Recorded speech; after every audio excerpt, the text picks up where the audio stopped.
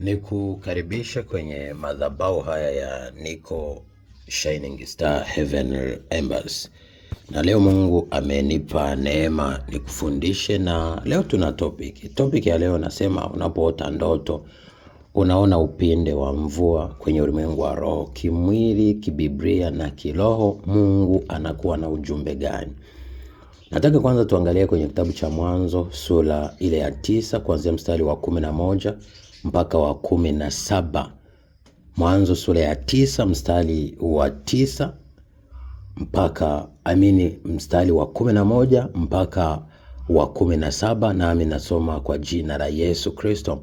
Maandiko yanasema, na agano langu nitalithibitisha nanyi, wala kile chenye mwili hakitafutwa tena kwa maji ya gharika, wala hakutakuwa tena gharika baada ya hayo kuiharibu nchi.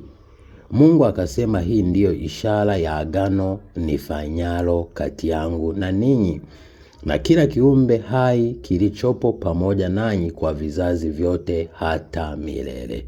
Mimi naweka upinde wangu winguni, nao utakuwa ni ishara ya agano kati yangu na ninyi, au kati yangu na nchi.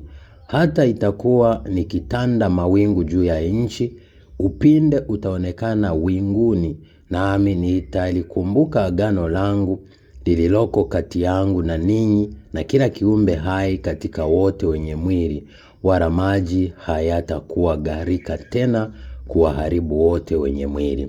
Basi huo upinde utakuwa winguni, nami nitauangalia nipate kulikumbuka agano la milele lililoko kati ya Mungu na kila kiumbe hai katika wote wenye mwili kilichoko katika nchi. Mungu akamwambia Nuhu, hii ndiyo ishara ya agano nililoliweka kati yangu na wote wenye mwili walioko katika nchi. Kumbuka, agano la Nuhu lilikuwa ni la kizazi kipya ambacho Mungu amekiruhusu baada ya kuangamiza vizazi vyote ambavyo vilimkosea na vikatenda dhambi.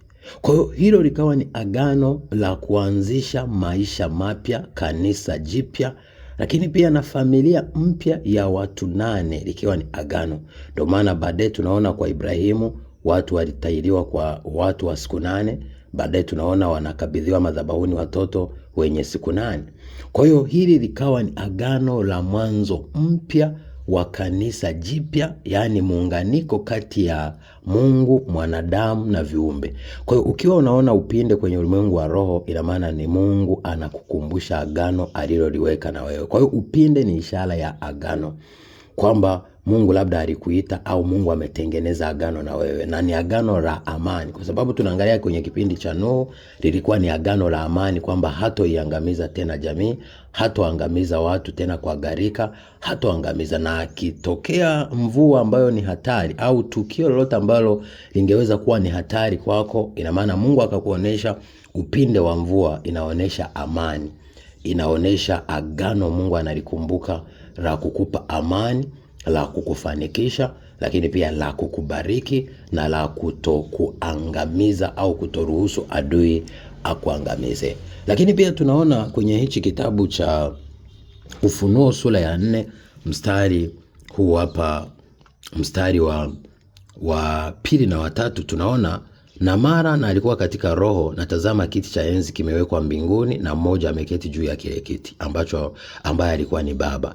Na yeye aliyekuwa ameketi alionekana mithili ya jiwe la yasipi na akiki, na upinde wa mvua. Angalia, na upinde wa mvua ulikizunguka kile kiti cha enzi, ukionekana mithili ya zumaridi.